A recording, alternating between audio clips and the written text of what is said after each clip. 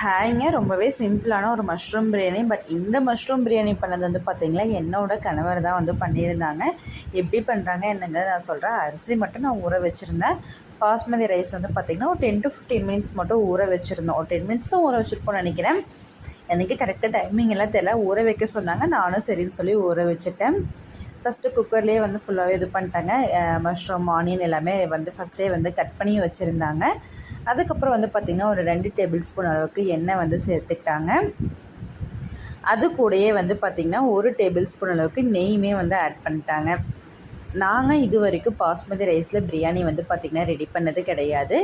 இதுதான் எனக்கு தெரிஞ்சு ஃபர்ஸ்ட் டைம். வந்து அன்றைக்கு ஒரு டைம் வந்து வெஜிடபிள் பிரியாணி பண்ணியிருந்தாங்க. இப்போ வந்து மஷ்ரூம் பிரியாணி. அதுக்கப்புறம் அது கூடவே வந்து பார்த்திங்கன்னா பிரியாணி ஸ்பைசஸ் எல்லாமே போட்டாங்க. பட்டை, கிராம்பு, ஏலக்காய், அன்னாச்சிப்பூ, பிரியாணி இலை, சோம்பு அப்படின்னு சொல்லிட்டு எல்லாமே சேர்த்து நல்லா மிக்ஸ் பண்ணி விட்டுருந்தாங்க. அதெல்லாம் இதானதுக்கப்புறம் இது கூடயே வந்து பார்த்திங்கன்னா ஒரு 3 பச்சை மிளகாயை இந்த மாதிரி கட் பண்ணி சேர்த்துட்டாங்க. பச்சை மிளகாய் லைட்டாக கலர் மாறினதுக்கப்புறமா கட் பண்ணி வச்சுருந்தேன் வெங்காயம் எல்லாமே சேர்த்துட்டாங்க. ஒரு 2 பெரிய வெங்காயத்தை இந்த மாதிரி நீளமாக கட் பண்ணி சேர்த்துருந்தாங்க. வெங்காயம் ஓரளவுக்கு நல்லா வணங்குறதுக்காக இந்த மாதிரி குத்தி விட்டுட்டு இருந்தாங்க. அப்போ தான் சீக்கிரம் வணங்கும் அப்படின்னு சொல்லிட்டு நான் வந்து நார்மல் ரைஸ் இல்லை சீரக சம்பா ரைஸில் கூட பிரியாணி வந்து நான் பண்ணியிருக்கேன். எனக்கு பாஸ்மதி ரைஸில் வந்து பார்த்திங்கன்னா தண்ணி எங்கேயாவது எக்ஸ்ட்ரா போயிடுமோ அப்படின்னு சொல்லிட்டு நான் வந்து பண்ணவே மாட்டேன். ரைஸே நாங்கள் இப்போ தான் வந்து ரீசெண்ட் டேஸில் தான் பாஸ்மதி ரைஸ் வந்து வாங்கினோம். அதுவுமே வந்து பார்த்திங்கன்னா அவங்க தான் வந்து 2 டைமும் செஞ்சாங்க. நான் சமைக்கவே இல்லை. அவங்க நான் பண்ணுறேன் அப்படின்னு சொல்லிட்டாங்க. சரி ஓகே நீங்கள் பண்ணுங்கள் அப்படின்னு சொல்லி விட்டுட்டு அவங்க வந்து சூப்பராக பண்ணி கொடுத்துருந்தாங்க. வெங்காயம் வந்து பார்த்திங்கன்னா ஒரு பாதி இது வந்து வணங்கிடுச்சு. நான் வந்து பக்கத்தில் வந்து வீடியோ மட்டும் எடுத்துகிட்டு இருந்தேன். சொன்னதுக்கு எனக்கு வீடியோ எடுக்க தெரியாது, நீயே எடுத்துக்கோ அப்படின்னாங்க. சரி ஓகே நீங்கள் செய்யுங்க, நான் பக்கத்தில் வந்து வீடியோ எடுக்கிறேன் அப்படின்னு சொல்லி எடுத்துகிட்டு இருந்தேன். இது கூட வந்து பார்த்திங்கன்னா 1 டேபிள் ஸ்பூன் அளவுக்கு இஞ்சி பூண்டு பேஸ்ட் வந்து சேர்த்துக்கிட்டாங்க. இஞ்சி பூண்டு பேஸ்ட்டு சேர்த்து நல்லா மிக்ஸ் பண்ணி விட்டுருங்க. உண்மையாலுமே பிரியாணி வந்து பார்த்திங்கன்னா வேறு லெவல் டேஸ்ட்டு கொடுத்தது. இப்போ இது கூடவே வந்து பார்த்திங்கன்னா கரம் மசாலா சேர்த்துக்கோங்க. அதுக்கப்புறம் உப்பு தேவையான அளவுக்கு சேர்த்து நல்லா மிக்ஸ் பண்ணி விட்டுருங்க. பிரியாணி மசாலா இருந்தால் நீங்கள் பிரியாணி மசாலா போட்டுக்கோங்க. பிரியாணி மசாலா இல்லை அப்படிங்கிறனால நாங்கள் வந்து கரம் மசாலா வந்து போட்டிருந்தோம். உண்மையுமே டேஸ்ட் வந்து பார்த்திங்கன்னா சூப்பராக இருந்தது. இதில் திருக்கும் தக்காளியே வந்து பார்த்திங்கன்னா சுத்தமாக சேர்க்கவே இல்லை. தக்காளி சேர்த்தாம தான் வந்து பிரியாணி வந்து ரெடி பண்ணியிருந்தாங்க. டேஸ்ட் வேறு லெவலில் இருந்தது.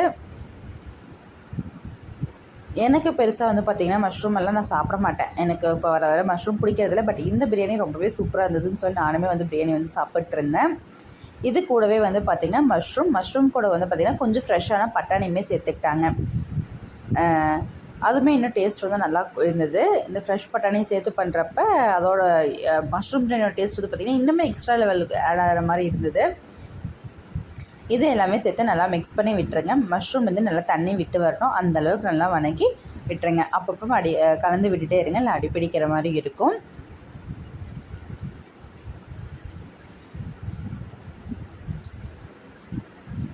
எண்ணெய் எல்லாமே அளவாக ஊற்றி தான் பண்ணணும் அப்படின்னு சொல்லி எல்லாமே அளவாக தான் ஊற்றியிருந்தாங்க. மேபி நான் வந்து எண்ணெய் கொஞ்சம் அதிகமாக ஊற்றுவேன். பட் ஹஸ்பண்ட் வந்து பார்த்திங்கன்னா எண்ணெய் வந்து கம்மியாக தான் ஊற்றிருந்தாங்க. அதனால் எங்கேயாவது அடிப்பிடிச்சிருமோ அப்படின்னு சொல்லிட்டு அப்பப்போ மிக்ஸ் பண்ணி விட்டுட்டே இருந்தாங்க. இது கூடயே வந்து பார்த்திங்கன்னா கொஞ்சம் மல்லித்தலையுமே ஆட் பண்ணிக்கோங்க. கொத்தமல்லி தலை வந்து ஆட் பண்ணிக்கோங்க. ஆட் பண்ணிவிட்டு நல்லா மிக்ஸ் பண்ணி விட்டுருங்க. இப்போ இதுலேருந்து நல்லா தண்ணி வந்து விட்டு வரட்டும்.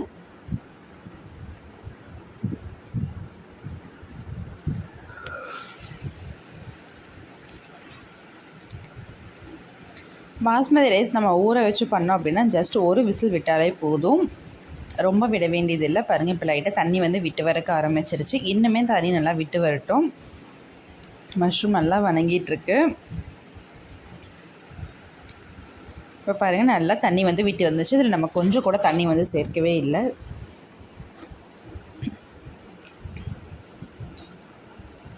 பாருங்கள் சூப்பராக வந்து விட்டு வந்திருக்கு. இப்போ வந்து பார்த்திங்கன்னா நம்ம வந்து ரைஸ் வந்து ஆட் பண்ணிக்கலாம். ரைஸ் வந்து 2 டைம் நல்லா வாஷ் பண்ணிவிட்டு அந்த ரைஸ் வந்து உள்ளே ஆட் பண்ணிடலாம். ஆட் பண்ணிட்டு இதில் வந்து பார்த்திங்கன்னா என் ஹஸ்பண்ட் வந்து பெருசாக தண்ணி வந்து அதிகமாக ஊற்றவே இல்லை.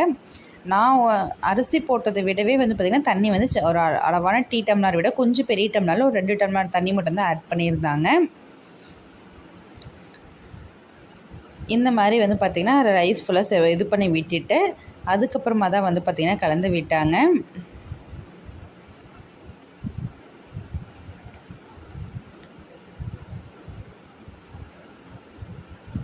பாருங்கள் ரைஸ் போட்டதுக்கப்புறம் எவ்வளோ தண்ணி வந்து விட்டு வந்திருக்கு அப்படின்னு சொல்லிட்டு.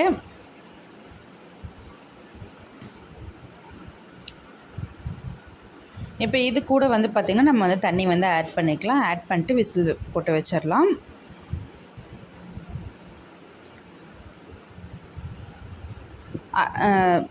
இது பாஸ்மதி ரைஸ் போட்டு பண்ணுறப்ப வந்து பார்த்திங்கன்னா நம்ம அடுப்பு வந்து லோ ஃப்ளேமில் வச்சிட்டோம் அப்படின்னா விசில் இது பண்ணி வரப்போ கரெக்டாக இருக்கும். ஒரு விசில் மட்டும் விட்டால் போதும் சிம்மில் வச்சு.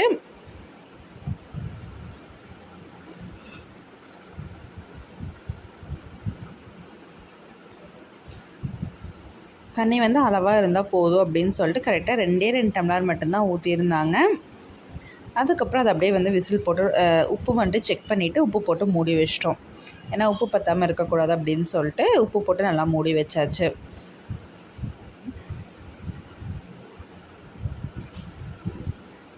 உண்மையுமே சொல்கிறேன், நான் மஷ்ரூம் பிரியாணி பண்ணால் கண்டிப்பாக ஏதாவது ஒரு சைடிஷ் வேணும் அப்படின்னு சொல்லி நினைப்பேன். பட் இந்த டைம் வந்து ஹஸ்பண்ட் பண்ண மஷ்ரூம் பிரியாணி ரொம்ப டேஸ்ட் வேறு லெவலில் கொடுத்தது.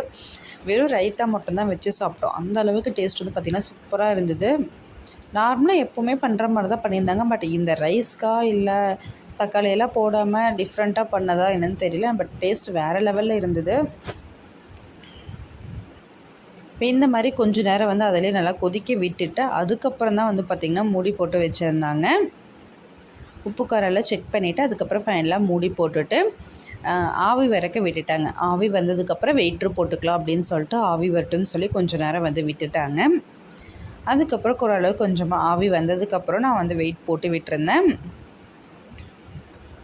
ஒரே ஒரு விசில் மட்டும் விட்டால் போதும். மஷ்ரூம் பிரியாணி வந்து பார்த்திங்கன்னா சூப்பராக வந்து ரெடி ஆகிருச்சு. ரொம்ப குழஞ்சு போகாமல் நல்லா பொழுன்னு சூப்பராக இருந்தது. உண்மையுமே பிரியாணி கரெக்டாக விசிலுமே வந்துருச்சு. விசில் வந்ததுக்கப்புறம் அப்படியே ஸ்டவ் ஆஃப் பண்ணிட்டு குக்கர் எடுத்து கீழே வச்சிடலாம். ஏன்னா அடுப்பு மேலேயே வச்சோம் அப்படின்னா இன்னுமே வந்து பார்த்திங்கன்னா ஹீட் இதாகும், சாப்பாடு அடிப்பிடிக்கிற மாதிரி இருக்கும். அதனால் வந்து பார்த்திங்கன்னா அப்படியே எடுத்து கீழே வச்சாச்சு. சூப்பராக இருந்ததுங்க. மஷ்ரூம் பிரியாணி ரெடி ஆகிடுது.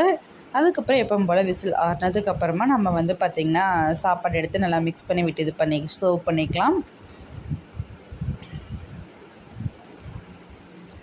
இது வந்து பார்த்திங்கன்னா ஹஸ்பண்ட் கடைசியில் வீடியோ வந்து பார்த்திங்கன்னா ஆஃப் பண்ணாமல் அப்படியே கொஞ்சம் நேரம் விட்டுட்டாங்க. விசில் நல்லா ஆறினதுக்கப்புறமா எடுத்து பார்த்தா சூப்பரான மஷ்ரூம் பிரியாணி வந்து பார்த்திங்கன்னா ரெடி ஆயிடுச்சு. அப்படியே ஒரு பிளேட்டில் போட்டு ரைத்தா வச்சு சாப்பிட்றப்ப டேஸ்ட் வேறு லெவலில் இருந்தது. இந்த மாதிரி ரெசிபிஸ் வேணும் அப்படின்னா மறக்காமல் நம்ம சேனலை வந்து சப்ஸ்கிரைப் பண்ணிக்கோங்க. அப்போ தான் உங்களுக்கு வீடியோஸ் வரும். தேங்க்யூ ஃபார் வாட்சிங். Keep supporting.